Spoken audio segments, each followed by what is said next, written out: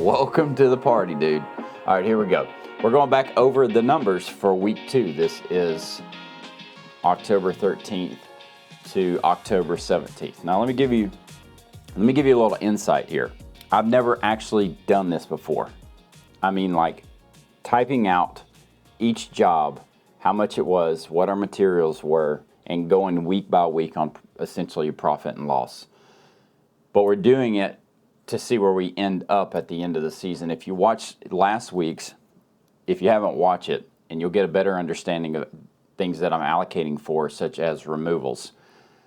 And we're going to keep up a cumulative total, and that's going to help me understand better what our costs are throughout the season and where we can actually keep our profit margins up, because that's what we're looking for. We're looking for a way to keep our profit margins up. So let's go through it. There's a few new things added to this sheet, this Google sheet that we didn't have last week, based on a consultation I gave the other day. A guy was asking questions about, one of the things he asked was, what's your daily job target? Well, that depends on how many guys you have on the crew. And with Christmas light season being, in the last video and many videos, we talked about just putting the labor together on what you have, making it work. So it's hard to set a job target if you got 2 guys working one day and you got 4 guys working one day, and you don't know always which days that's going to be, where you're going to have 4, 3, 2, 5, so. But here we go. So we did 21 jobs last week, and let me zoom in here. You're going to be able to see that better. That's something else I noticed by watching a few minutes back of the other one.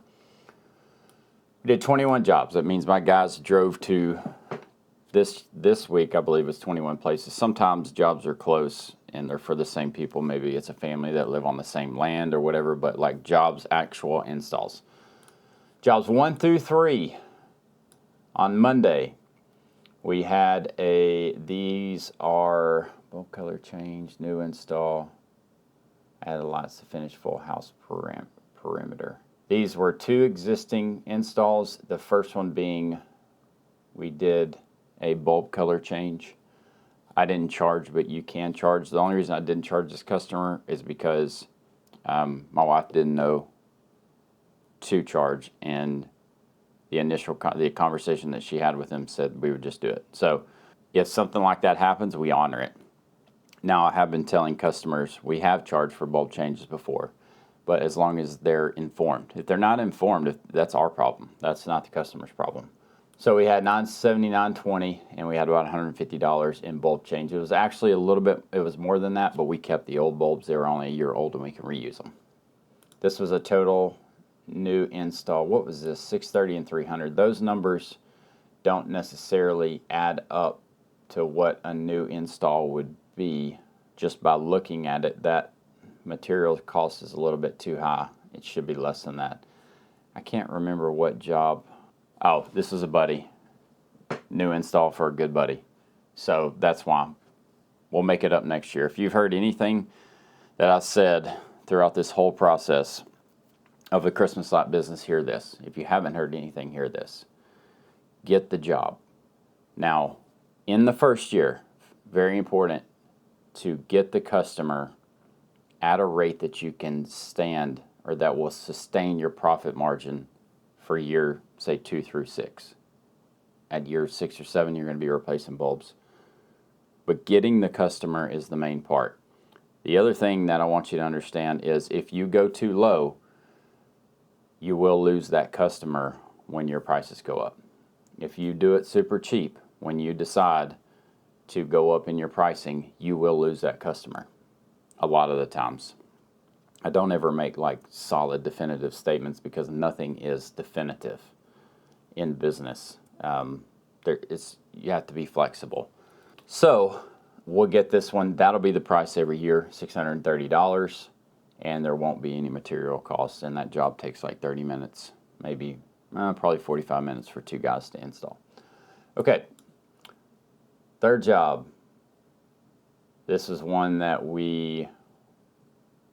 was an existing job, but we added lights to complete the full perimeter of the house. So the one thing that we added here was our daily job total. I believe, and from here on out, I'll probably put how many laborers we had on that, but this was 2 weeks ago at this point, so I don't remember. I think we had 3 guys on the crew that day. Okay, Tuesday. Let's go. We did 3 jobs on Tuesday. All were existing with just minimal replacements. Job total 3777.65. I can't remember how many laborers. It would have been 2, 3, 4. Now this is something that I'll know on these following ones. Day 3, which is Wednesday. 1, 2, 3, 4, 5. This is a good day for us because all 5 of these are in the same neighborhood, which we don't get a lot around here. Our houses are pretty spread out. Our town, our city, our proper area of our area is just spread out, and people that want Christmas lights a lot of times are going to be on the outside of town. Some of them have land and a big house on a bunch of land. So, but fortunately, we have 5 houses in this one neighborhood. I don't remember how many guys we had on this, but our total for the day was $38.30 and 40 cents. And on this one right here, we added a new line on a garage. Day 4, Thursday, we did 1, 2, 3, 4, 5 jobs again. This was a high margin day, and you're going to have some of these. Some days are not high margin, and some days are high margin, and it all ends up going out. It all ends up washing out for the good typically. So no big replacements, no new installs, no add-ons. We had 5 jobs worth $47, $35, $80. We probably had 4 guys on that day too. And then Friday, here we go. This is 1, 2, 3, 4, 5 jobs. We had 4 or 5 guys on that day too. I think 4. I can't remember. This right here, you're probably wondering, well, why? Okay, you only charge $875, and your material cost is $455. So with labor, we might have made a couple $100. Well, this was an existing job for a really, really good customer. He wanted to post his columns all around his house, and this was like the first stage in that. We did some of them this day, and we did some of them on the following week. But these are where I talk about, if you've heard me talk about minis before, sometimes they're kind of a loss leader, where you're not going to lose a job. Really good customer. We'll make money on that job next year. We really didn't make money this year, but that's okay because we should have these customers for a while. My plan is to always take care of our customers that we have first. Existing customers are more valuable than new customers. Remember that. Take care of your existing customers, because when you take care of them, they take care of you. Okay, put them at the top of the list. And that's what we're doing here. You may not want to do that, and you may not have to. He told me a number that he wanted to be at, and I had to decide if I could live with it or not. And I decided that I wanted to live with it because I wanted them to be happy, and we were making plenty of margin on the roof lights of their house. And this is the exact conversation that I had with him. I said, my cost is about this. And he said, that's a little bit more than I want to be. And I said, that's as low as I can go. And he said, man, I don't want you to lose money. I said, I'm not losing money. We're going to break even. But it's a business, dude. This is a business conversation. I understand who I'm talking to. This guy runs a multi-million-dollar company. He said, I don't want you to lose money. I said, it's fine. We have margin in your roof. And so it's fair for me to break even for you guys. I love working for you guys. I want to continue working for you guys. I want to add these on just like you really want to add them on. So if you're good, I'm good. And we were all good. And rock and roll, Bob's your uncle. All right, totals for the week, $19,839, and material expenses are $1,562.78. All right, labor. We had a little bit more labor this week than last week. I think my son, who's 14, was out of school, and so he was working and getting paid. And these are our regular laborers, and then this was me. I didn't spend too much time on the truck this week. I was out selling. And then office time, that's an allocation. I don't really pay myself and my wife at this point. We more wait till see how we did at the end of the season, and then write ourselves a check then. All right, so we've got that 10% allocation for removals right down here. I just take 10% of the gross and allocate it towards removals. Again, that's labor, gas, storage, programs, insurance, etc. for the removal time. So we should have a stack of cash or a stack of money that will cover all removals. Again, this is the first time that I've ever allocated a 10%. A lot of it is just being held accountable by making videos, and it's a good thing that we want to hold ourselves accountable to what we tell you guys. So we're going to see at the end of the season if this is enough. It should be, based on what we've done. I mean, I have general ideas. Light repairs and maintenance, 3% allocation. That's going out and fixing stuff, bulbs going out, stuff like that. That costs money. You may spend 30 bucks. You may spend 50 bucks to go fix one bulb, for real. You try to plan those out. When all the lights start coming on around Thanksgiving, you're going to have days of like 3, 4, or 5 repairs, maybe 10, depending on how many houses you have. Employee bonuses, I'm doing an allocation of 5%. I don't know what I'm going to bonus them at the end of the season because these profit margin numbers are going to change as we go through and we're doing more new installs. Goal being is we have to keep that number above 30%. So I have to sell jobs to make sure that that total profit margin for the year is above 30%.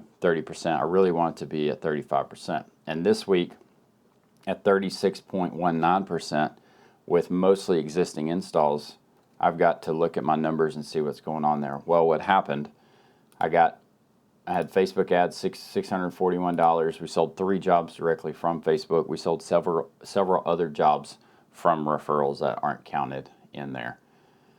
The other marketing got us this week. So if we took that, this is sign and trailer decals and truck decals and stuff.